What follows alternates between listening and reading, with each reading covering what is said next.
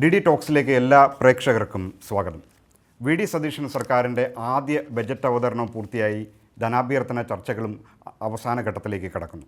ഈ സമയം നമ്മളുടെ ഈ വിഷയത്തിൽ പ്രധാനമായും പുതിയ സർക്കാരിൻ്റെ ബജറ്റിനെ വിമർശനാത്മകമായി വിലയിരുത്താൻ സ്വാഭാവികമായിട്ടും പ്രതിപക്ഷത്തിനല്ലാതെ മറ്റാർക്കാണ് അർഹത?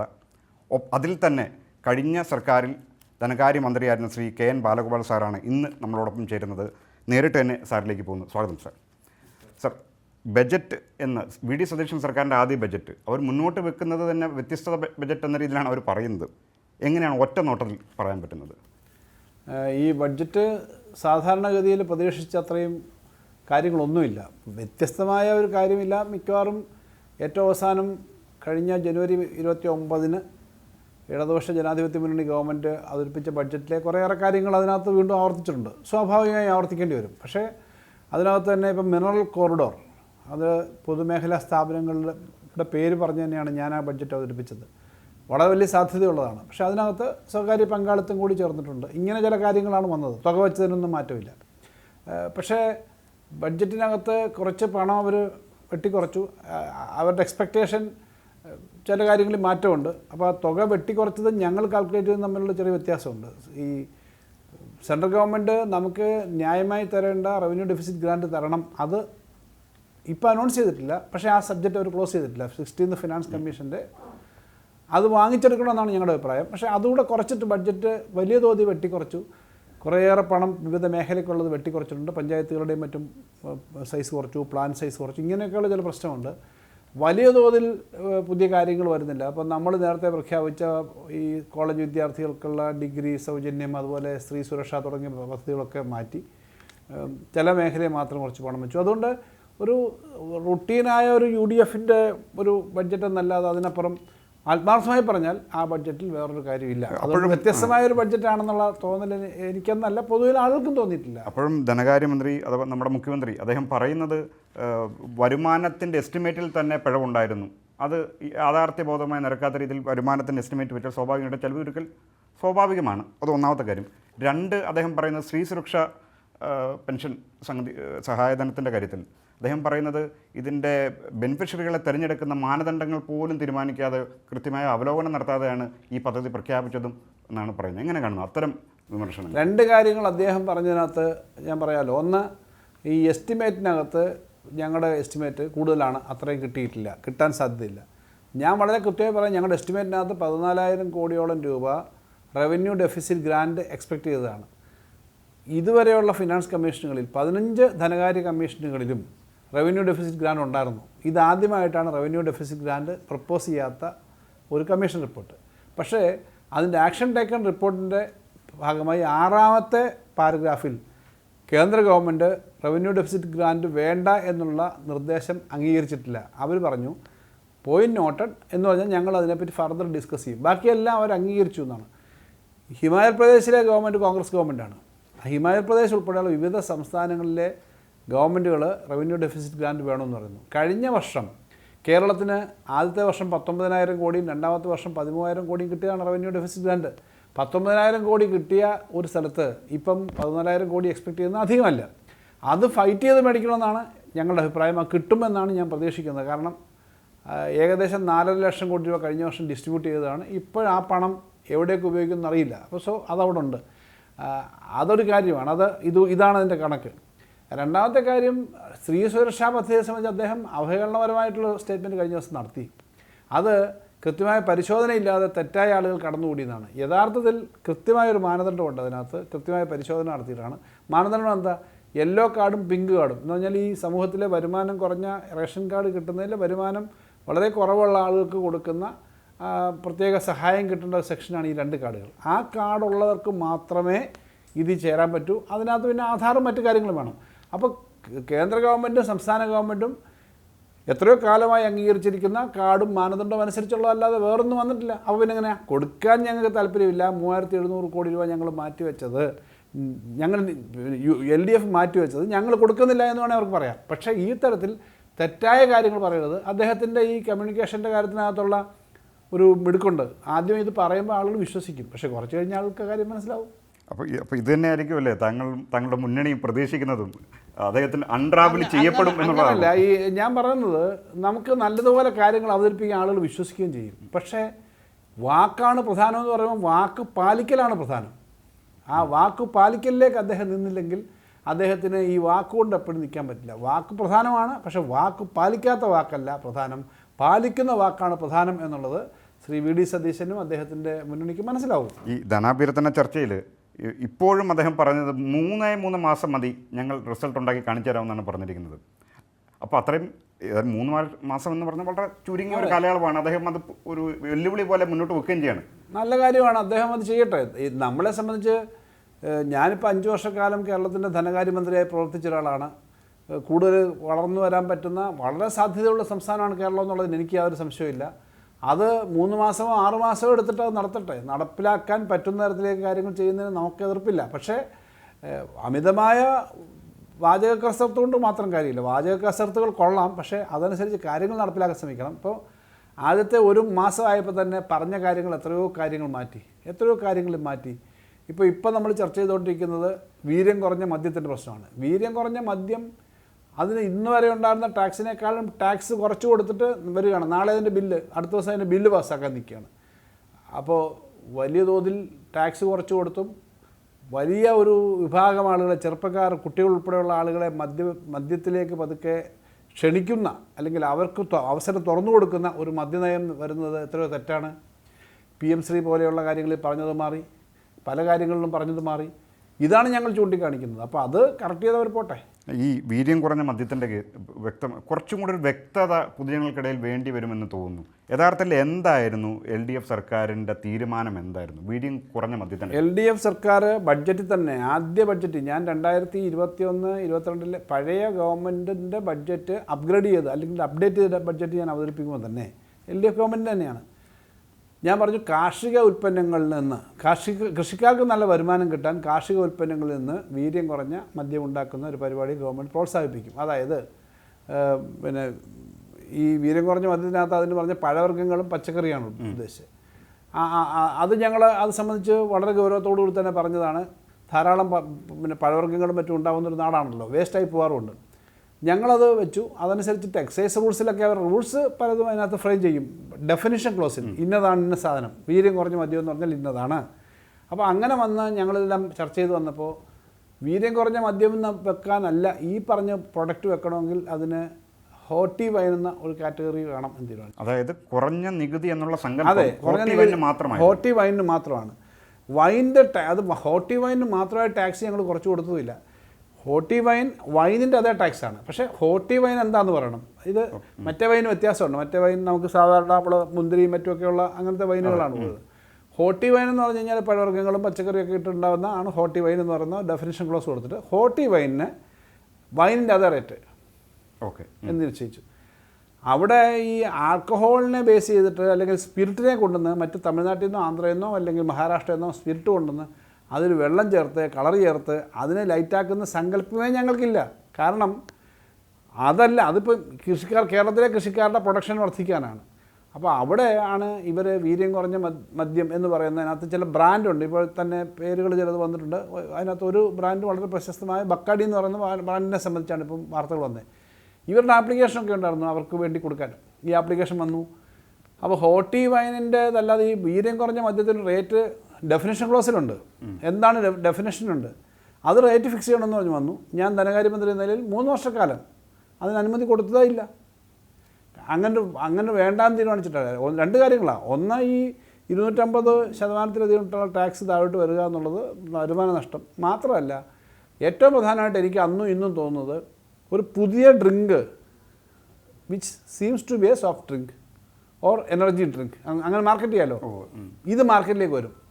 5% ആൽക്കഹോൾ എന്നൊക്കെ പറഞ്ഞാൽ വലിയ ലഹരിയൊന്നുമില്ല. അപ്പോൾ കുട്ടികളും വലിയ ലഹരിയില്ല. സോഷ്യൽ ഗാദറിങ്ങിൽ കുട്ടികൾ, വീട്ടമ്മമാർ, പിന്നെ ഉത്സവ പാർട്ടികൾ, അപ്പോൾ അതുവരെ സാധാരണ കുടിക്കാത്ത ആരായാലും ഇതൊരു ചെറിയ ഇതല്ലേ, ഇത് കുടിച്ചു കഴിഞ്ഞാൽ വലിയ ലഹരിയൊന്നുമില്ല. പക്ഷേ ഈ ഒരു സെറ്റ് ഒരിക്കലും ഇത് കുടിച്ചു കഴിഞ്ഞാൽ, ഒരു ശീലമായി കഴിഞ്ഞാൽ അതിനോട് അഡിക്റ്റ് ആവും. അത് കുറച്ച് നാളത് കുടിച്ചു കഴിയുമ്പോൾ they will be graduated to full capacity drink എന്നാണ് ഇവർ തന്നെ പറയുന്നത്. അതായത് ഈ മദ്യത്തിന്റെ പുതിയ മാർക്കറ്റ് മാർക്കറ്റ് ഇപ്പം കുടിക്കുന്ന ആളുകളല്ലാതെ വലിയൊരു സെറ്റ് ആളുകൾ കുടിക്കാൻ വരും. അത് അപകടകരമായൊരു സ്ഥിതി ഉണ്ടാവും. യൂറോപ്പിലും അമേരിക്കയിലും ഒക്കെ ആളുകൾ ഇങ്ങനൊന്നും കുടിക്കത്തില്ലെന്നൊക്കെ പറയും. പക്ഷേ ഇവിടെ കുടിക്കുന്ന ആളുകൾ വല്ലാതെ കുടിക്കുന്ന നമ്മൾ കാണുന്നുണ്ടല്ലോ. അങ്ങനെ ഒരു അപകടത്തിൽ പോകണ്ട എന്നുള്ളത് കൊണ്ട് തന്നെ ഞാനാണ് ഏറ്റവും ശക്തമായിട്ട് അതിനകത്ത് നിന്നത്. LDFൻ്റെ നയം തന്നെയാണ്. അത് കൊടുത്തിട്ടില്ല. അത് കൊടുക്കാത്തത് കൊണ്ടാണ് ഇത് വരാഞ്ഞത്. അപ്പോൾ ഇപ്പോൾ പെട്ടെന്ന് അത് കൊടുക്കുന്നു എന്ന് പറയുമ്പം വളരെ പെട്ടെന്ന് തന്നെ ഇതിൻ്റെ പ്രത്യേകത വെള്ളം ചേർത്തൊന്നും സോഡ ചേർത്തോ അല്ലെങ്കിൽ മറ്റേ അങ്ങനെ ലൈറ്റാക്കി കുടിക്കുന്ന സാധനമല്ല. നേരെ ഈ കൊക്കക്കോള പോലെയോ അല്ലെങ്കിൽ സോഫ്റ്റ് ഡ്രിങ്ക് പോലെ അതിനകത്ത് പല ഫ്ലേവർ ഉണ്ടാവും. പഴച്ചാറുകളുടെ ഫ്ലേവറുണ്ട്, മണമാണ്, മധുരമുണ്ട്. ഇതെടുത്ത് നേരെ കുടിക്കും. അപ്പോൾ ഒരു കുപ്പിക്കകത്തെടുത്ത് വഴിയിൽ കൊണ്ടുപോയിട്ട് ഈ സോഫ്റ്റ് ഡ്രിങ്ക് കുടിക്കുന്ന പോലെ കുടിക്കും. അതൊരു വല്ലാത്തൊരു അപകടം തന്നെയാണെന്നാണ് അഭിപ്രായം. അതൊരു ചെറിയ കാര്യമല്ല. അതിനകത്ത് പോലും എവിടെ ആലോചിക്കാതെ എന്നിപ്പോൾ വ്യക്തമായല്ലോ. എക്സൈസ് വകുപ്പ് അവരുടെ എക്സൈസ് വകുപ്പ് മന്ത്രി കണ്ടിട്ടില്ല, പോളിസി ചർച്ച ചെയ്തിട്ടില്ല. അങ്ങനൊരു കാര്യം കൊണ്ടിരുന്നത് എന്തിനാണ്? ഇതാണോ വളരെ പെട്ടെന്നുള്ള ഞങ്ങളെല്ലാം നടപ്പിലാക്കും, ഖജനാവ് നിറയ്ക്കും എന്നുള്ള പരിപാടി? എനിക്കറിഞ്ഞൂടാ. അല്ല, അപ്പം എൻ്റെ ഒരു രണ്ടാമത്തെ ചോദ്യം ഇതാണ്. ഹോർട്ടി വൈൻ അപ്പോൾ എന്തുകൊണ്ട് സാർ നേരത്തെ പറഞ്ഞ പോലെ മദ്യത്തെ പ്രോത്സാഹിപ്പിക്കില്ല എന്ന് താങ്കൾ വിശ്വസിക്കുന്നത്? മദ്യം തീർത്തും അങ്ങ് മദ്യവർജനവും മദ്യനിരോധനവും ഒന്നും പറ്റുമെന്ന് വിചാരിക്കുന്നവരല്ല ഞങ്ങൾ. അങ്ങനെ ചെയ്യുന്നത് അല്ല ഗുണം. മദ്യം ഘട്ടം ഘട്ടമായി കുറച്ചുകൊണ്ട് വരണമെന്നുള്ള പോയിന്റിനകത്ത് അത് യോജിക്കുന്നു. പക്ഷേ മദ്യനിരോധനമല്ല, മദ്യവർജനമാണ്. അത് മദ്യം നിരോധിച്ച ഒരു സ്ഥലത്തും മദ്യം നിരോധിക്കാൻ പറ്റിയിട്ടില്ലല്ലോ. ഗൾഫിൽ പോലും വളരെ സ്ട്രിക്റ്റായ നിയമങ്ങളുള്ള ഗൾഫിൽ പോലും ആളുകൾ വാറ്റുന്നതിനെ പറ്റിയും മറ്റ് സാധനങ്ങൾ എടുത്ത് കുടിക്കുന്നതിനെ പറ്റിയുള്ള വാർത്തകൾ കാണാറുണ്ട്. അതേസമയം ഈ ഹോട്ടി വൈനിൻ്റെ കാര്യത്തിനകത്ത് വൈൻ എന്ന് പറയുന്നത് ഓൾറെഡി ഇവിടെ ഉണ്ട്. വൈൻ എന്ന് പറയുന്നത് ഓൾറെഡി വരുന്നുണ്ട്. മറ്റ് പുറത്തുനിന്ന് വരുന്ന വൈനാണ് വരുന്നത്. ആ ബ്രാൻഡിലേക്ക്, ആ ഏരിയയിലേക്ക് ഹോട്ടി വൈൻ വരുന്നു. അത് സെയിമാണ്, വൈനാണ്. അത് വേറൊരു അപകടം ഉണ്ടാക്കുന്നതെന്ന് ആരും പറയുന്നില്ല. വൈനിൻ്റെ മാർക്കറ്റ് തന്നെയല്ലേ അവിടെ. അപ്പോഴും ശതമാനക്കണക്ക് പറയുമ്പം ആൽക്കഹോളിൻ്റെ ശതമാനക്കണക്ക് പറയുമ്പോൾ 20% താഴെ എന്നൊരു കാറ്റഗറിയിലേക്കാണ്. ഒരു പക്ഷേ വീര്യം കുറഞ്ഞ മദ്യം എന്ന രീതിയിലാണെങ്കിൽ കുറച്ചുകൂടെ താഴോട്ട് നിജപ്പെടുത്തേണ്ടതായിരുന്നില്ലേ അന്ന്? അല്ല, ഇതൊക്കെ ടെക്നിക്കലാണല്ലോ. ഇതൊന്നും നമ്മളല്ലല്ലോ അതിൻ്റെ ഇത് തീരുമാനിക്കുന്നത്. പക്ഷേ എന്താണ് വീര്യം കുറഞ്ഞ മദ്യം എന്ന് പറഞ്ഞാൽ എന്താണ് എന്നൊരു സ്പെസിഫിക്കേഷൻ ഉണ്ടാവുന്നത് എക്സൈസ് വകുപ്പ് ബന്ധപ്പെട്ട ടെക്നിക്കൽ അവരാണ്. എക്സൈസ് വകുപ്പാണ്. ടാക്സിൻ്റെ ഉദ്യോഗസ്ഥന്മാർ പോലുമല്ല. എക്സൈസ് വകുപ്പിൻ്റെ അന്നത്തെ ഉദ്യോഗസ്ഥന്മാർ അവരും ഒറ്റയ്ക്കല്ല തീരുമാനിക്കുന്നത്. ഞാൻ മനസ്സിലാക്കുന്ന മറ്റ് സ്റ്റേറ്റുകളിലൊക്കെയുള്ള ഈ പ്രൊഡക്റ്റ് നോക്കി അവിടെ എങ്ങനെയാണ് ഇതിനെ ഡെഫൈൻ ചെയ്തതെന്ന് വെച്ചിട്ട് നോക്കിയിട്ട് തന്നെ ആയിരിക്കും വെച്ചേക്കുന്നത്. ഇത് നമ്മുടെ സംവിധാനത്തിനകത്തൊരു നയം നമ്മൾ തീരുമാനിച്ച് പറഞ്ഞു കഴിഞ്ഞാൽ അത് നടപ്പിലാക്കുന്നതിന് ബന്ധപ്പെട്ട ഉദ്യോഗസ്ഥന്മാരാണ്, ടെക്നിക്കൽ ആയിട്ടുള്ള കാര്യങ്ങൾ നോക്കുന്നതാണ്. അപ്പോൾ അവർ ഈ ഇന്ത്യയിലെ ഉള്ള മറ്റ് സ്റ്റേറ്റുകളിൽ വെച്ച് തന്നെ ആയിരിക്കും 0.5 എന്ന് പറഞ്ഞാൽ 0.5% മുതൽ 10% വരെ, 20% വരെ ഒറ്റ കാറ്റഗറിയാണ്. 20% വരെ. മറ്റേ മദ്യം എനിക്ക് തോന്നുന്നു 45 50-50 പിന്നെ ഇതിൻ്റെ കണ്ടൻറ്റ് പോകരുതെന്നുള്ളതാണ്. അതേസമയം ബിയറിന് വേറെ സ്പെസിഫിക്കേഷൻ ഉണ്ട്. ബിയറിന് എനിക്ക് തോന്നുന്നു അത് 6%, 8% അങ്ങനെയൊക്കെയുള്ള പെർസെൻറ്റേജാണ്. പെർസെൻറ്റേജ് ഞാൻ പറയുന്നത് കറക്റ്റായിരിക്കത്തില്ല. ഞാൻ പറഞ്ഞ അതിനൊരു പെർസെൻറ്റേജ് ഉണ്ട്. ഈ പറഞ്ഞ വൈനൊരു പെർസെൻറ്റേജ് ഉണ്ട്. ബിയർ, വൈൻ ഇതിനൊക്കെ പെർസെൻറ്റേജും ഒരു പിന്നെ ഡെഫിനിഷനും അല്ലെങ്കിൽ എന്താണതെന്നുള്ളത് വിശദീകരണമുണ്ട്. ഹാർഡ് ലിക്കർ നമ്മൾ സാധാരണ ഉദ്ദേശിക്കുന്ന ഏതായാലും പല മദ്യങ്ങളുണ്ടല്ലോ, വിസ്കി, ബ്രാൻഡി, റം എന്നൊക്കെ പറഞ്ഞ പല മദ്യങ്ങളുണ്ട്. അതിന് ഇത്ര വരെ ആവാം. അവിടെ ഇങ്ങനൊരു ഡെഫിനിഷൻ ക്ലോസ് അതിൽ വന്നതാണ്. അപ്പോൾ അവർ ആ ഡിപ്പാർട്ട്മെൻറ്റ് ഒരു ഡെഫിനിഷൻ ഇതിനെ സംബന്ധിച്ച് ഇങ്ങനെ വെച്ചു എന്നല്ലാതെ അതിനകത്ത് വേറെ കാര്യമില്ല. പക്ഷേ അത് ഡെഫിനിഷൻ ഉണ്ടെന്ന് പറഞ്ഞിട്ട് ഇവിടെ ഇന്ന സാധനമുണ്ട്, ഇന്നതാണ് ഇതിൻ്റെ ഒരു മീനിങ് ഇന്നതാണെന്ന് പറഞ്ഞാൽ അതിന് ടാക്സ് നിശ്ചയിച്ച് സാധനം കമ്പോളത്തിൽ വന്നാലേ അത് വിൽക്കാൻ പറ്റുള്ളൂ. അപ്പോൾ ഇത് വളരെ കൃത്യമായിട്ട് നിങ്ങൾ ഒരുക്കി കൊടുത്ത വേറെ ഏതോ ഒരു ഡെഫിനിഷന് മുകളിൽ ഒരു ഗ്യാപ്പ് ഒരുക്കി കൊടുത്താലേ ഈ വീര്യം കുറഞ്ഞ മദ്യം എന്ന് പറയുന്ന ഒരു കാര്യം വന്നപ്പം വീര്യം കുറഞ്ഞ മദ്യത്തെപ്പറ്റി അതിനകത്ത് വന്നതാണ്. അപ്പോൾ ആ വീര്യം കുറഞ്ഞ മദ്യം വെച്ചിട്ട് നമുക്ക് പിന്നെ ഈ ഹോട്ടി വൈൻ പറ്റില്ല. കാരണം എന്താ, ആ വീര്യം കുറഞ്ഞ മദ്യം എന്ന് പറഞ്ഞു കഴിഞ്ഞാൽ പിന്നെ സ്പിരിറ്റ് പുറത്തോട്ടോ അകത്തെയോ സ്പിരിറ്റ് ലൈറ്റാക്കുന്നതാണ്. ഇതെന്താ ഹോട്ടി വൈൻ എന്ന് പറഞ്ഞാൽ പുളിപ്പിച്ചെന്തോ ഫെർമെൻറ്റ് ചെയ്യുന്നത് പഴങ്ങളിൽ നേരിട്ട്, അതാണ് ഹോട്ടി വൈൻ.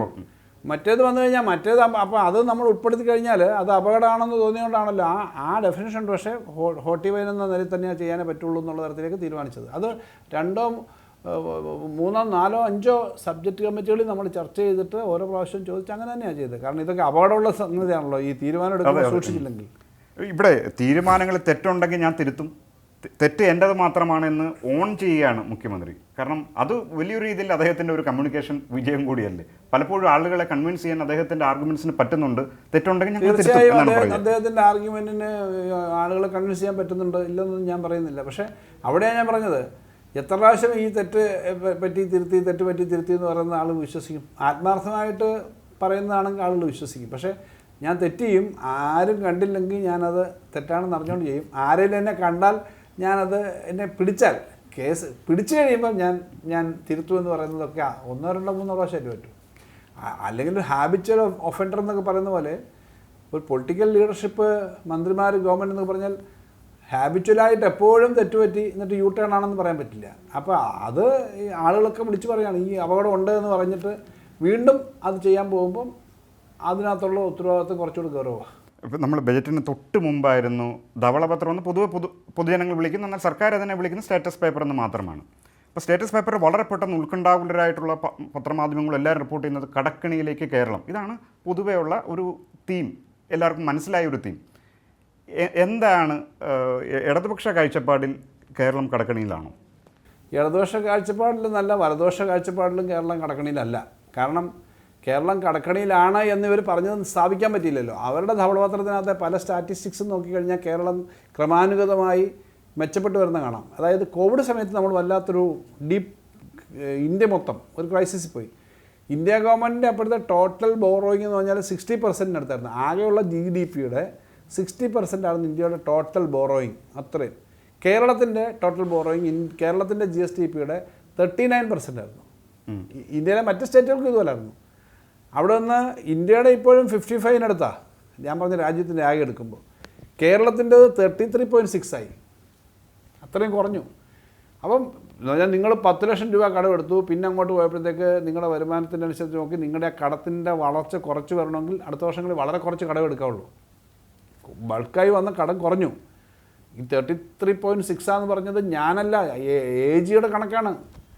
ഇന്ത്യയെ സംബന്ധിച്ച് കണക്ക് പറയുന്ന അവസാനത്തെ ആളാരാണ്? C&AG ആണ്.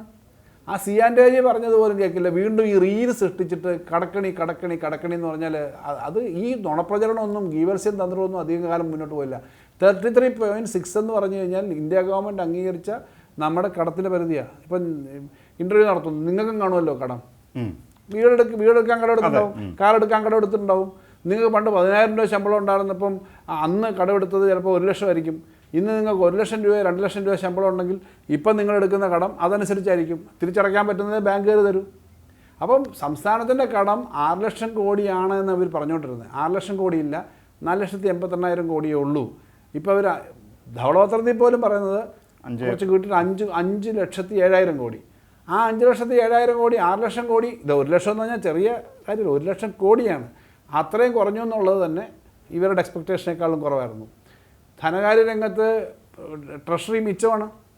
ട്രഷറിയിൽ മാർച്ച് മാസത്തിൽ മിച്ചമാണ്. അല്ലാതെ ആകെ ഒന്നും കൊടുക്കാൻ പറ്റാത്ത സ്ഥിതിയില്ല. പിന്നെ ഒരാളൊരു വീട് വെച്ചപ്പം 50 ലക്ഷം രൂപയുടെ വീടാണ് വെച്ചേക്കുന്നത്. അയാൾക്ക് 45 ലക്ഷം രൂപ ഇനിയും കൊടുത്തു തീർക്കാനുണ്ട്. ഇപ്പുറത്ത് അയാൾക്ക് 2 ലക്ഷം രൂപ ശമ്പളം കിട്ടുന്നുണ്ട്, മറ്റാസ്തികളുണ്ട്. ഈ വീടിൻ്റെ അപ്പോഴത്തെ വിലയെടുത്താൽ തന്നെ ആ 50 ലക്ഷത്തിന് പകരം ചിലപ്പോൾ അപ്പോഴത്തെ മാർക്കറ്റ് വാല്യൂ അത് കൂടി, അത് 10-75 അല്ലെങ്കിൽ 1 കോടിയോ കാണും. ഈ 1 കോടി രൂപ വിലയുള്ള വസ്തുവിന് കടമെടുത്ത് അടച്ചുകൊണ്ടിരിക്കുന്ന ആളെ ആസ്തി കൂടുകയാണ് ചെയ്തിട്ടുള്ളത്, കുറയുമല്ല. ഇതെല്ലാവർക്കും ബാധകമാണ്. അപ്പോൾ ഈ കേരളത്തിലെ ഏറ്റവും കടം കുറഞ്ഞ, ക്രമാനുഗതമായി നോക്കിയാൽ കഴിഞ്ഞ 25-30 വർഷം നോക്കിയാൽ എവറി 5 ഇയർ 90% to 100% ആയിരുന്നു ഇൻക്രീസ് എങ്കിൽ, ഇങ്ങനെയായിരുന്നു അത് പോയിരുന്നെങ്കിൽ ഇപ്പോൾ അത് നേരെ 60%, 50%-ലേക്ക് വന്നിരിക്കും. പക്ഷേ ആ ഗ്രാഫ് കുറയാനുള്ള ഒരു കാരണം കേന്ദ്രം കൊണ്ടുവച്ച നിബന്ധനകൾ. ആയിക്കോട്ടെ, കേന്ദ്രത്തിൻ്റെ കടുത്ത നിബന്ധനകളുണ്ട്. ആ കേന്ദ്രത്തിൻ്റെ കടുത്ത നിബന്ധനകൾ വന്നതിൻ്റെ ഭാഗമായിട്ട് കടം കുറഞ്ഞിട്ടുണ്ട്. അതിനപ്പുറം എടുക്കാൻ പറ്റുന്നില്ല. ആ നിബന്ധനകൾ തന്നെ ആർബിട്രറി ആണെന്നുള്ള അഭിപ്രായം നമുക്കുണ്ട്. കാരണം എന്താ, ഈ കേരളത്തിൽ ഇപ്പോൾ 5,07,000 കോടി രൂപ കടമുണ്ടെന്ന് പറയുമ്പം ആ കടത്തിനകത്ത് 3.5 ലക്ഷം കോടി രൂപയേ ഉള്ളൂ കേരളം എടുത്ത കടം, ബോറോയിങ് എടുത്തത്. ബാക്കി എന്താ, സർക്കാർ ഉദ്യോഗസ്ഥന്മാരുടെ PF, സർക്കാർ ഉദ്യോഗസ്ഥന്മാരുടെ ഇൻഷുറൻസ്, ഇതൊക്കെ ഉണ്ട്. ഇത് ഖജനാവിൽ കിടക്കുന്നതാണ്. it's a long time liability which is payable later. Means it is a liability, long time liability.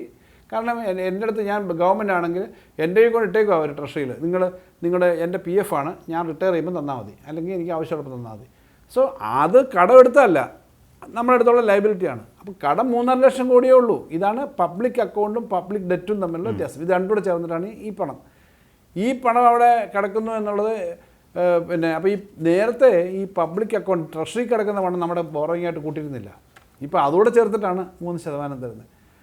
കേന്ദ്രം അത്രയും കടുത്ത നിലപാടെടുത്തു. പിന്നെ അവർ നമുക്ക് തരാനുള്ള മറ്റു പല ബോറോയിങ് തരാതിരുന്നു. അവിടെ ഒരു പ്രശ്നമുണ്ട്. കേന്ദ്രം പൈസ തരാതിരുന്നിട്ടല്ലേ നിങ്ങൾക്ക് കടം നിയന്ത്രിക്കാൻ പറ്റിയേ. സാധാരണഗതി ഇങ്ങനെ തരാതിരിക്കുമ്പോൾ എന്താ മറുവശത്ത് സംഭവിക്കേണ്ടത്? നിങ്ങളുടെ ചിലവെല്ലാം വെട്ടിക്കുറയ്ക്കേണ്ടി വരും.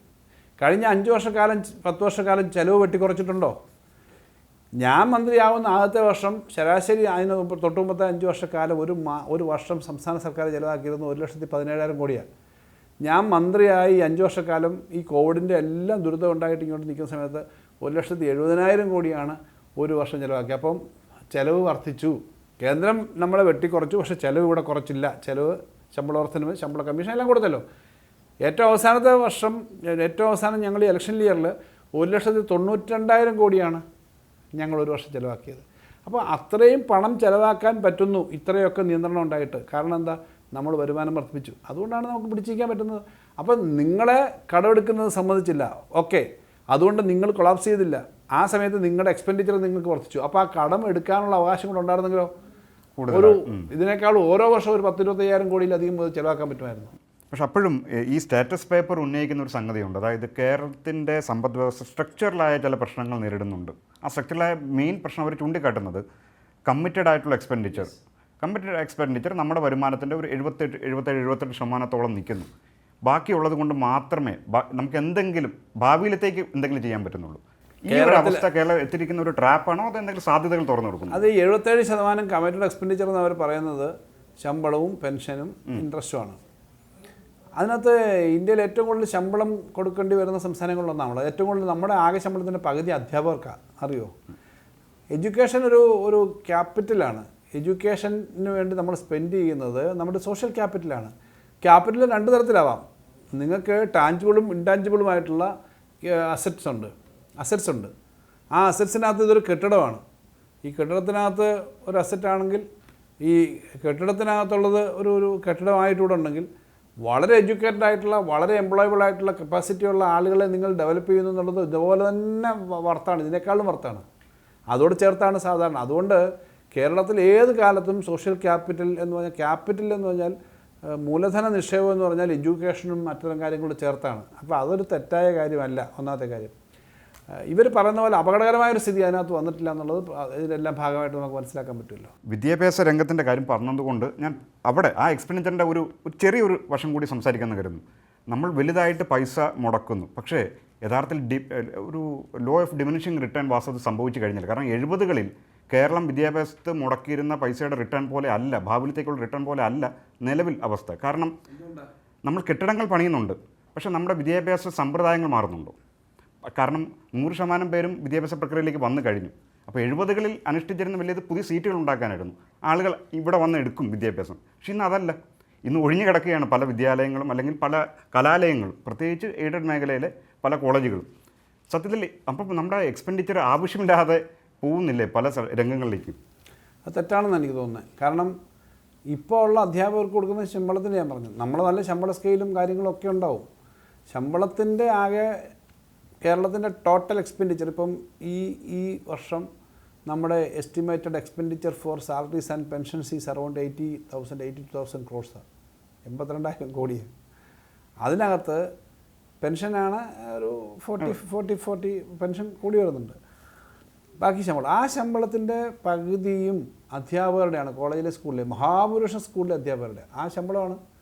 ആ ശമ്പളം എന്ന് പറയുന്നത് പിന്നെ ഇപ്പം വീണ്ടും കുറഞ്ഞു പോകുന്നില്ല. കെട്ടിടം കെട്ടുന്നതിനല്ല, യഥാർത്ഥത്തിൽ നമ്മുടെ എക്സ്പെൻഡിച്ചർ കൂടുതൽ ശമ്പളം റിക്കറിങ് തന്നെയാണ്. അതുകൊണ്ട് നമ്മുടെ നിലവാരം, നമ്മുടെ പ്രശ്നം എന്താ? നമ്മുടെ കുട്ടികളുടെ നിലവാരം വർദ്ധിക്കുന്നുണ്ട്. നമ്മൾ നേരിടുന്ന പ്രശ്നം നമ്മൾ ഇത്രയും ഒരു കുട്ടി വളർന്ന ഒരു ഡിഗ്രിക്കാരനാവണമെങ്കിൽ, ഒരു പോസ്റ്റ് ഗ്രാജുവേറ്റ് ആവണമെങ്കിൽ, എഞ്ചിനീയറിംഗ് ബിരുദധാരി ആവണമെങ്കിൽ നമ്മളൊരു 30-40 ലക്ഷം രൂപ സോഷ്യൽ എക്സ്പെൻഡിച്ചർ ഉണ്ട്. But then he is going out. ഇവൻ അവിടെ കിട്ടുന്ന ജോലി കുറച്ച് ഇങ്ങോട്ട് അതിൻ്റെ റിട്ടേൺ വരുന്നുണ്ട്. ആ കിട്ടുന്ന ജോലിയുടെ മൂലധനം മൊത്തം നടക്കുന്നത് ഇവിടെയാണ്. ഇവിടെ അത് കിട്ടുന്നില്ല. വാസ്തവത്തിൽ നമ്മൾ ഈ ഒരു കുട്ടി അവൻ കേപ്പബിൾ ആവുന്നത് എന്തുകൊണ്ടാണ്? നമ്മുടെ ഈ എക്സ്പെൻഡിച്ചർ കൊണ്ടാണ്. അവർ പോയിട്ട് പണത്തിൻ്റെ മാത്രം പ്രശ്നമല്ല. ഇപ്പം നമുക്കിവിടെ പിന്നെ നമ്മുടെ ജനസംഖ്യയിലും ഡെമോഗ്രഫിയിലും വളരെ വല്ലാത്ത പ്രശ്നം ഉണ്ടാകുന്നുണ്ട്. ജനസംഖ്യ കുറയുന്നുണ്ട്.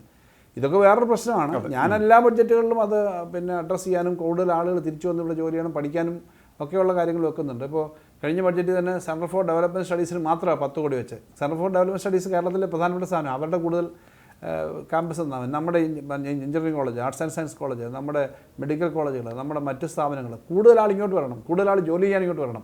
കേരളക്കാർ മാത്രമല്ല, കേരളത്തിന് പുറത്തുള്ളവരും ജോലി ചെയ്യാൻ വരണം. ഇപ്പം മൈഗ്രേഷൻ വലിയ തോതിലുണ്ട്. ആ മൈഗ്രേറ്റഡ് ലേബർ അല്ലാതെ തന്നെ ഹൈ ക്ലാസ് കുറച്ചുകൂടി ഉള്ള ക്വാളിറ്റി എംപ്ലോയ്മെൻറ്റ്സ് കൂടുതൽ വരണം. ഇതൊക്കെ ഒരു ബിഗർ ഇഷ്യൂ ആണ്. ആ ഇഷ്യൂ മറ്റേതായിട്ട് കമ്പയർ ചെയ്യുന്നത് ശരിയാവത്തില്ല. നമ്മുടെ ഇപ്പോഴും നമ്മൾ സ്കൂൾ എഡ്യൂക്കേഷനും ആരോഗ്യത്തിനും ഒക്കെ വലിയ തോതിൽ പണം മുടക്കുന്നു എന്നുള്ളത് നമ്മുടെ സ്ട്രെങ്ത് വർദ്ധിപ്പിക്കുന്നതേ ഉള്ളൂ.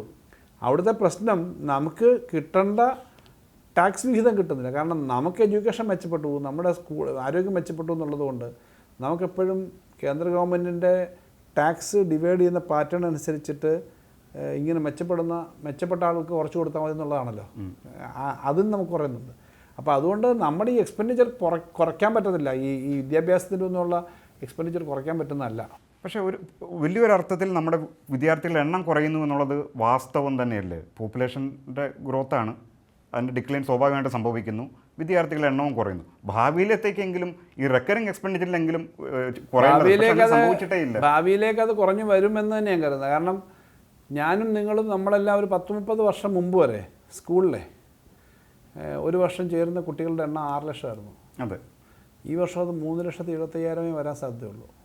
പക്ഷേ ഇന്നലെ അസംബ്ലി പറയുന്നത് കേട്ടു കൂടുതൽ സീറ്റ് സ്കൂളിൽ വേണം, കൂടുതൽ അധ്യാപക നിയമനം വേണം. മാത്രമല്ല, അത് വേറൊരു കാര്യമാണ്. തോന്നിയത് കഴിഞ്ഞ സർക്കാർ ഇറങ്ങിപ്പോകുന്നതിന് തൊട്ട് മുമ്പും ഒരു എയ്ഡഡ് കോളേജിന് അംഗീകാരം കൊടുത്തിട്ടാണ് പോയത്. എയ്ഡഡ് കോളേജിന് 2-3 ഒന്നിന് മാത്രമല്ല. ഇപ്പം ഡഫ് ആൻഡ് ഡഫ് അങ്ങനെയുള്ള 2 സ്കൂളുകൾ കൊടുത്തിരുന്നു. എയ്ഡഡ് കോളേജ് ഒരു പുതിയ മേഖലയിലാണ്. യുനാനിയ. നമ്മൾ ചില മേഖലകളിലുള്ളതിനെ നമ്മൾ സംരക്ഷിക്കണം. അപ്പോൾ സിദ്ധ, എനിക്കറിയാം സിദ്ധ ഇപ്പോഴും എയ്ഡഡ് അല്ല. സിദ്ധ ആദ്യമായിട്ട് കോളേജ് കൊടുക്കുന്നത് ഞാൻ യൂണിവേഴ്സിറ്റി സിൻഡിക്കേറ്റ് മെമ്പർ ആയിരിക്കുമ്പോഴാണ്, കേരള യൂണിവേഴ്സിറ്റിയിൽ. സിദ്ധ എന്ന് പറയുന്നത് വലിയ തോതിൽ തമിഴ്നാട്ടിലുള്ളതാണ്. പക്ഷേ കേരളത്തിൽ സിദ്ധ ഇല്ല. അത്തരം ചില മേഖലകളിൽ പ്രത്യേകം കൊടുക്കുന്നുണ്ട്, പക്ഷേ വ്യാപകമായി കൊടുക്കുന്നില്ല. എന്നാലും പുതിയ ഏരിയയിൽ എഡ്യൂക്കേഷൻ ഇൻസ്റ്റിറ്റ്യൂഷൻസ് വേണ്ടി വരും, പുതിയ തരം കോഴ്സുകളിലൊക്കെ.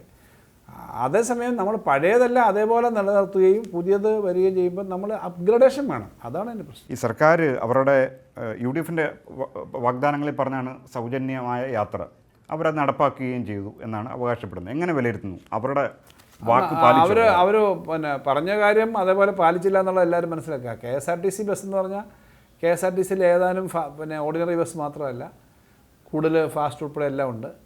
അങ്ങനെയുള്ള ബസ്സുകളിലെല്ലാം കിട്ടുമെന്നാണ് ആളുകൾ പ്രതീക്ഷിച്ചിരുന്നത്. അവർ പ്രസംഗിച്ച് തന്നെ ഇനി നിങ്ങൾക്ക് കൊല്ലത്തുനിന്ന് നേരെ മൂകാംബികയിൽ പോകാൻ, കൊല്ലത്തുനിന്ന് വേളാങ്കണ്ണി പോയിട്ട് വരാം, ഇങ്ങനെയൊക്കെയല്ലേ, എവിടെയും പോകാമെന്നാണ്. അതില്ല.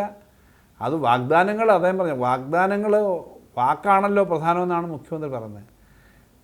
അദ്ദേഹം പറഞ്ഞത് ഞങ്ങൾ കയറി ആദ്യത്തെ ക്യാബിനറ്റ് തീരുമാനം ആശാ വർക്കേഴ്സിന് 21,000 രൂപയാക്കുമെന്നല്ലേ. ഇപ്പോൾ അവർ വലിയ വാചാലമായി പ്രസംഗിക്കുന്നുണ്ട്. അപ്പോൾ ആശാ വർക്കേഴ്സിന് അങ്ങനെ നിങ്ങൾ ചെയ്തു. ഞങ്ങൾ ആശാ വർക്കേഴ്സിൻ്റെ സമരം കഴിഞ്ഞ് 2,000 രൂപ 2 ഘട്ടമായിട്ട് കൂട്ടിയായിരുന്നു. ഇപ്പോൾ അവർ 3,000 രൂപ കൂട്ടി. 21,000 രൂപ ആക്കും എന്ന് പറഞ്ഞാൽ 21,000 രൂപ ആക്കിയില്ല. മുഴുവൻ ആൾക്കും ട്രാൻസ്പോർട്ടിൽ യാത്ര ഫ്രീ ആവും സ്ത്രീകൾക്കെന്ന് പറഞ്ഞാൽ അതാക്കിയിട്ടില്ല. അപ്പം ഇപ്പോൾ കുറച്ച് ആളുകൾക്ക് ആക്കിയിട്ടുണ്ട് ഓർഡിനറി. അതിൻ്റേതായ ഗുണവും ദോഷവും ഒക്കെ ധാരാളം ചർച്ച ചെയ്ത് വരികയാണ്. അത് വരട്ടെ. പക്ഷെ പറഞ്ഞത് അവർ ചെയ്തിട്ടില്ല എന്നുള്ളത് മാത്രമേ ഞങ്ങൾ ചൂണ്ടിക്കാണിച്ചു. അതേസമയം സ്ത്രീ സുരക്ഷാ പദ്ധതിയിൽ 3,700 കോടി വെച്ചിരുന്ന പദ്ധതി ഇപ്പോൾ ഒന്നും നടപ്പിലാക്കുന്നുമില്ല. അത് ഞങ്ങൾ കൊടുത്തുകൊണ്ടിരുന്നത് നിർത്തി കളഞ്ഞിരിക്കുകയാണ്. ഈ ആശാ വർക്കർമാരുടെ സമരത്തിലേക്ക് വന്നു കഴിഞ്ഞാൽ ഒരു പക്ഷേ കഴിഞ്ഞ LDF സർക്കാരിന് വലിയ ഡാമേജ് സത്യം പറഞ്ഞ ഇമേജിൻ്റെ കാര്യത്തിൽ സംഭവിച്ചിട്ടുണ്ട്. പക്ഷെ അത് തിരിച്ചറിയാൻ സർക്കാരിലുള്ളവരോ അല്ലെങ്കിൽ പാർട്ടി സംവിധാനത്തിലുള്ളവരോ വൈകിപ്പോയി എന്നാണ് എനിക്ക് തോന്നാം. അങ്ങനെ അത് ഞങ്ങൾക്കെതിരായിട്ട് നന്നായിട്ട് ഉപയോഗിച്ചിട്ടുണ്ട്. ഇത്തരം ആളുകളൊക്കെ പലപ്പോഴും ആശാ വർക്കേഴ്സ് അല്ലേ വേറൊന്നും ഉപയോഗിച്ചേനെ. കാരണം കളക്റ്റീവായിട്ടുള്ളൊരു വർക്കാണ്. ആശാ വർക്കേഴ്സിൻ്റെ പ്രശ്നത്തിനകത്ത് അവരോട് ചർച്ച ചെയ്തു, 3 പ്രാവശ്യം ചർച്ച ചെയ്തു. അവരുടെ പ്രശ്നത്തിനകത്ത് കേന്ദ്ര ഗവൺമെൻറ് തീരെ ചെയ്യുന്നില്ല എന്നുള്ള കാര്യം നമ്മൾ പറഞ്ഞുള്ളൂ. 1500 രൂപ മാത്രമേ കേന്ദ്ര ഗവൺമെൻറ് കൊടുക്കുന്നുള്ളൂ. അവിടെയാണ് നമ്മൾ ഈ 12,000 രൂപ വരെ ആയത്. അത് ഓരോ സമയം 2006 VS ഗവൺമെൻറ് സമയത്താണ് ഈ ആശാ വർക്കേഴ്സിനെ വോളണ്ടിയർമാരായിട്ട് തുടങ്ങിയത്. അപ്പോൾ കേന്ദ്ര ഗവൺമെൻറ് ചെയ്യുന്നില്ല എന്നുള്ളത് ഇവർക്കൊരു പ്രശ്നമേ അല്ല. ഇപ്പോൾ ഇത് കഴിഞ്ഞിട്ടും അവർക്കൊരു പ്രശ്നമില്ല. അപ്പം ഇപ്പോഴും ഇത്രേ കൊടുത്തുള്ളൂ എന്നുള്ളൊരു പ്രശ്നമില്ല. 2000 രൂപ ഞങ്ങൾ കൊടുത്തായിരുന്നു, 3000 രൂപ ഇപ്പോൾ അവർ കൊടുത്തു. 3000 രൂപ കൊടുത്തത് വലിയ ആഘോഷമായിട്ട് എടുക്കട്ടെ. പക്ഷേ ആശാ വർക്കേഴ്സിൻ്റെ പ്രശ്നം കഴിഞ്ഞാൽ വേറൊന്നും എടുക്കും. കാരണം പൊളിറ്റിക്കലി ഈ ഗവൺമെൻറ്റിനെ ആക്രമിക്കാൻ വേണ്ടിയിട്ടുള്ള ഒരു ക്യാമ്പയിന് വേണ്ടി ഉപയോഗിക്കുന്നതാണ്. അപ്പോൾ അത് ജനങ്ങൾക്കത് ആ തരത്തിൽ ആശാ വർക്കേഴ്സിൻ്റെ പേരല്ല, ഇത്തരം നിരന്തര ക്യാമ്പയിൻ വരുമെന്ന് മനസ്സിലാക്കി ജനങ്ങളുടെ അടുത്തേക്ക് എത്തിക്കുന്നതിന് ഞങ്ങൾക്ക് പോരായ്മ ഉണ്ടായിട്ടുണ്ട്. ഇല്ലെന്ന് ഞാൻ പറയുന്നില്ല. ഞങ്ങൾക്കത് അതല്ലെങ്കിൽ വേറൊന്ന്, ഈ സ്കീം വർക്കേഴ്സ് തന്നെ 1,00,000 ആളില്ലേ, ഏതെങ്കിലുമൊക്കെ ആയിട്ട് ഇതേപോലെ വേണേൽ വരുത്താം. അപ്പോൾ അവിടെയാണ് ജനങ്ങളുടെ അടുത്തേക്ക് നമ്മൾ ചെയ്ത ഈ സർക്കാരിൻ്റെ പരിമിതിക്കകത്ത് നിന്ന് ഇത്രയും കാര്യങ്ങൾ ചെയ്തു എന്നുള്ളത് വേണ്ടത്ര ബോധ്യപ്പെടുത്താൻ ഞങ്ങൾക്ക് പോരായ്മ ഉണ്ടായിട്ടുണ്ട്. എനിക്ക് പറയുന്നതിന് യാതൊരു മടിയില്ല. ആ പോരായ്മ ഏത് വശത്തായിരിക്കും? കാരണം മാറുന്ന കാലത്തിനനുസരിച്ചുള്ള കമ്മ്യൂണിക്കേഷനിലുള്ള മാറ്റത്തിൻ്റെ അഭാവമാണോ അതോ അടിസ്ഥാന പ്രശ്നമാണോ? കമ്മ്യൂണിക്കേഷനകത്തുള്ള കാര്യമുണ്ട്. പിന്നെ നമ്മുടെ സമൂഹം മറ്റൊരു സമൂഹം പോലല്ല. ഒരു മാസമേ ആയുള്ളൂ ഈ ഗവൺമെൻറ് വന്നിട്ട്. ഈ ഗവൺമെൻറ്റിനെ പറ്റി എല്ലാം 100% മാർക്ക് കിട്ടിക്കൊണ്ടാണ് പോകുന്നത്. വളരെ ക്രിട്ടിക്കലായ ഒരു സൊസൈറ്റിയാണ്. ഞങ്ങളൊരു കാര്യം പറഞ്ഞു, സത്യമല്ലാത്തൊരു കാര്യം പറഞ്ഞ് ഞങ്ങൾ തയ്യാറല്ല. അത് ഞങ്ങളുടെ പരിമിതിയായിരിക്കും. എന്ത് പച്ചക്കള്ളവും പറയാനൊന്നും ഞങ്ങൾ തയ്യാറല്ല. പറയാൻ പറ്റത്തില്ല. അത്രയും ഒരു കമ്മ്യൂണിക്കേഷൻ സ്കില്ല് ഞങ്ങൾക്കില്ല. അത് പക്ഷേ ജനവും മനസ്സിലാക്കും ഇക്കാര്യം. കാരണം ജനം മനസ്സിലാക്കും. വളരെ നന്നായി പ്രസംഗിക്കുന്ന ആളുകളെന്നാൽ പിന്നെ എല്ലാ കേസും ജയിക്കണമല്ലോ, ഇല്ല. അവിടെ എവിഡൻസസ് പ്രധാനമാണ്, വസ്തുതകൾ പ്രധാനമാണ്. ആ വസ്തുതകൾ ജനങ്ങൾ ആണല്ലോ ഈ വിധികർത്താക്കളായ ജഡ്ജസ്. അവരിതൊക്കെ കാണും. നന്നായിട്ടാണ് UDF പോകുന്നതെങ്കിൽ UDFന് അംഗീകാരം കിട്ടും, അതിനെന്താ തർക്കം? നന്നായിട്ട് സാധാരണഗതി UDFന് പോകാൻ പറ്റുമോ ഇല്ലയോ എന്നുള്ളത് UDFൻ്റെ പഴയ ചരിത്രമുണ്ട്. കള്ളം മാത്രം പറഞ്ഞ് കെട്ടിപ്പൊക്കിയ ഒരു സൗധമൊന്നും ജനങ്ങൾ വിശ്വസിക്കില്ല, അതങ്ങനെ നിൽക്കില്ല. അതുകൊണ്ട് ആ സ്വഭാവം അവർ മാറ്റിയില്ലെങ്കിൽ കൂടുതൽ എക്സ്പോസ്ഡ് ആവും. അവർ മാറ്റട്ടെ, നന്നായി ചെയ്യട്ടെ. ഈ പല ഇടതുപക്ഷം തെരഞ്ഞെടുപ്പിലേക്ക് വരുന്നതിന് മുമ്പ്, അതിന് വളരെ കാലം മുമ്പ് തന്നെ എടുത്തിരുന്ന പല വിഷയങ്ങളും യഥാർത്ഥത്തിൽ സമൂഹത്തിന് അതൊരു പ്രശ്നമല്ല. ഉദാഹരണം പറഞ്ഞാൽ പലസ്തീൻ ഇഷ്യൂ വലിയ രീതിയിൽ ഇടതുപക്ഷം അതിൻ്റെ ആദർശങ്ങളുടെ അടിസ്ഥാനത്തിൽ തന്നെ എടുത്താണ്. പക്ഷേ അതൊന്നും ഒരു പ്രശ്നമേ അല്ല എന്നുള്ള രീതിയിലാണ് തെരഞ്ഞെടുപ്പിൽ ജനങ്ങൾ പ്രതികരിക്കുന്നത്. അപ്പം തെരഞ്ഞെടുപ്പിന് വേണ്ടിയിട്ട് ഞങ്ങൾ എടുക്കുന്നതല്ല പാലസ്തീൻ ഇഷ്യൂ. തെരഞ്ഞെടുപ്പിന് വേണ്ടിയിട്ട് എടുക്കുന്നതല്ല ഈ ലോകത്ത് നടക്കുന്ന യുദ്ധവും രക്തച്ചൊരിച്ചിലും അവസാനിപ്പിക്കണമെന്നുള്ളത്. അത് ഞങ്ങളുടെ ഒരു തെരഞ്ഞെടുപ്പുണ്ടെങ്കിലും ഇല്ലെങ്കിലും ഞങ്ങളുടെ ഒരു ആറ്റിറ്റ്യൂഡാണ്. തെരഞ്ഞെടുപ്പുണ്ടെങ്കിലും ഇല്ലെങ്കിലും മതനിരപേക്ഷത വേണമെന്നുള്ള ഞങ്ങളുടെ ആറ്റിറ്റ്യൂഡാണ്. തെരഞ്ഞെടുപ്പിനകത്ത് ആരും ജയിച്ചോട്ടെ തോറ്റോട്ടെ എന്നുള്ളത്. ഇവിടെ ആളുകൾ തമ്മിൽ ജാതിയുടെ മതത്തിനെ പേര് തമ്മിൽ അടിക്കാൻ പാടില്ല. സ്ത്രീകൾക്ക് സ്വസ്ഥമായി നടക്കാൻ പറ്റണം, കുട്ടികൾക്ക് ജീവിക്കാൻ പറ്റണം എന്നുള്ളത് തെരഞ്ഞെടുപ്പിന് വോട്ട് മാത്രം നോക്കിയിട്ടല്ല. ഈ പാലസ്തീനിലായാലും ഇപ്പോൾ ഇസ്രായേൽ നടത്തുന്നതായാലും ഇറാനിൽ നടക്കുന്നതായാലും നമ്മുടെ ഏതെങ്കിലും വീട്ടിൽ സ്വസ്ഥതയുണ്ടോ? ഗൾഫിലുള്ളവരുടെ അങ്ങനൊരു യുദ്ധം എന്തിനാണ് ഉണ്ടാകുന്നത്? അതൊരു ലാർജർ പൊളിറ്റിക്കൽ ഇഷ്യൂ ആണ്. അത് കുറച്ചുകൂടി രൂക്ഷമാകുമ്പോഴാണ്. യുദ്ധമില്ലാതെ മനുഷ്യന് ഇത്രയും വികസനം ഉണ്ടായിട്ടുള്ള ലോകത്ത്, ഇത്രയും സമ്പത്തും ഇത്രയും കണ്ടുപിടുത്തങ്ങളും ടെക്നോളജിയും ഒക്കെ ഉള്ള സ്ഥലത്ത് ആളുകളെ പരസ്പരം കൊന്ന് തങ്ങളുടെ ബിസിനസ്സും താല്പര്യവും സംരക്ഷിക്കാൻ നടക്കുന്ന ഒരു രാഷ്ട്രീയമല്ല വേണ്ടത് എന്നുള്ളത് ലാർജറായൊരു പൊളിറ്റിക്കൽ ഐഡിയോളജിയാണ്. ആ പൊളിറ്റിക്കൽ ഐഡിയോളജി ചിലപ്പോൾ ഇപ്പം പറയുമ്പം ആളുകൾ വേണമെങ്കിൽ തമാശ പറയുമോ, ഇവർക്കിപ്പം അവിടുത്തെ യുദ്ധത്തിൻ്റെ കാര്യമാണ്, ഇവിടുത്തെ കാര്യം നോക്ക്. പക്ഷേ ആ പൊളിറ്റിക്കൽ ഐഡിയോളജി തന്നെയാണ് ലോകത്തെ ഓരോ ഘട്ടത്തിലും നയിച്ചിട്ടുള്ളത്. പലപ്പോഴും അതിൽ പ്രയോറിറ്റികളിൽ ഞങ്ങളീ പറയുമ്പോൾ ഇവിടെ ഇത് ഇസ്രായേലും പിന്നെ പാലസ്തീനുമായിട്ടുള്ള യുദ്ധത്തിന് വേണമെങ്കിൽ ഈ BJPയുടെ രാഷ്ട്രീയം ഉപയോഗിച്ച് കഴിഞ്ഞാൽ അവിടെ മതത്തിൻ്റെയൊക്കെ പേരിൽ മുസ്ലിം ക്രിസ്ത്യൻ ഒക്കെ വേണമെങ്കിൽ അത് കൊണ്ടുവരാൻ പറ്റും.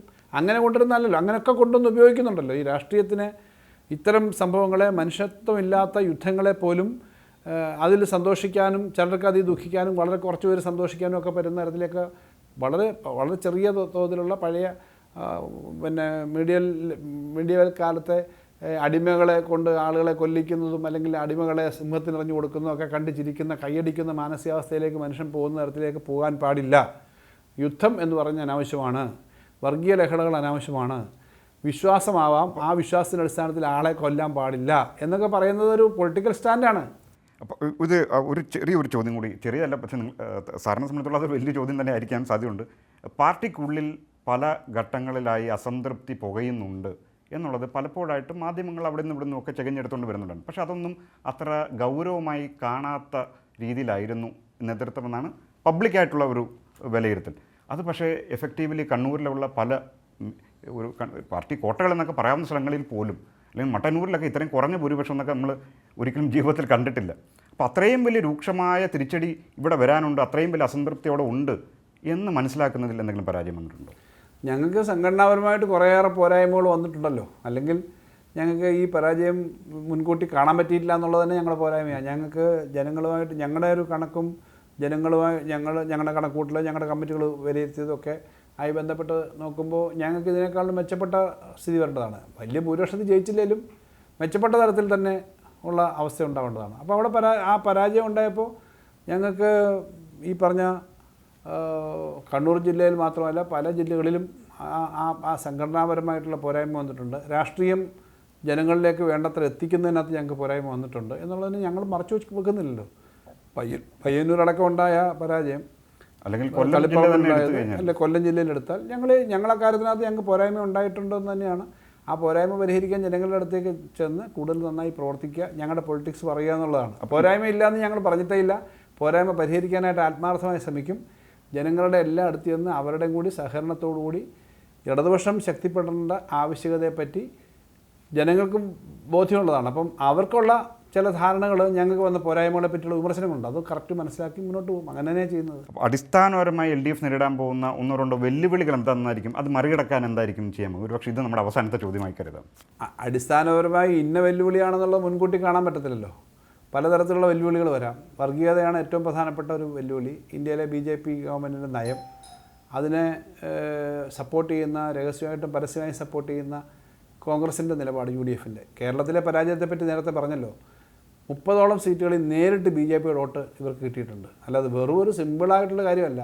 തെരഞ്ഞെടുപ്പിന് മുമ്പ് തന്നെ ഇവിടെ ഞങ്ങൾ 100-ലധികം സീറ്റ് നേടും, 12 മന്ത്രിമാരെ തോക്കുമെന്നൊക്കെ പറയാൻ എന്താണ്ട് പണ്ടൊക്കെ ആയിരുന്നെങ്കിൽ പടിപ്പുര പോയിട്ട് ജ്യോത്സ്യം വെച്ച് നോക്കായിരുന്നു. അതല്ല, കണക്ക് നോക്കുമ്പം BJPയുടെ വോട്ട് പോയിട്ടുണ്ട്. അപ്പോൾ ആ ഒരു അപകടമുണ്ട്. അപ്പോൾ BJP വർഗീയ ശക്തികളുടെ ഭാഗത്തു നിന്നുണ്ടാകുന്ന ഈ പറഞ്ഞ രാജ്യത്തെ ഡിവൈഡ് ചെയ്യുന്ന തരത്തിലേക്കുള്ള പ്രശ്നങ്ങളുണ്ട്, ഏകാധിപത്യത്തിൻ്റെതായ പ്രശ്നങ്ങളുണ്ട്. ഇതൊക്കെ വരാം. അതോടൊപ്പം തന്നെ ജനങ്ങളെ കൂടുതൽ സംഘടിപ്പിക്കാനുള്ള ഈ പുതിയ കാലത്ത് തെറ്റായ പ്രചരണങ്ങളെ മറികടന്നുകൊണ്ട് ജനങ്ങളെ സംഘടിപ്പിക്കുക, അതൊക്കെ വലിയ ഉത്തരവാദിത്വമാണ്. അതൊക്കെ നന്നായിട്ട് ചെയ്യാൻ പറ്റുമെന്ന് ഞങ്ങൾ പ്രതീക്ഷിക്കുന്നു. അപ്പോൾ ഇത് തന്നെയാണ് മുൻ ധനകാര്യമന്ത്രി ശ്രീ KN ബാലഗോപാലിൻ്റെ അഭിപ്രായവും.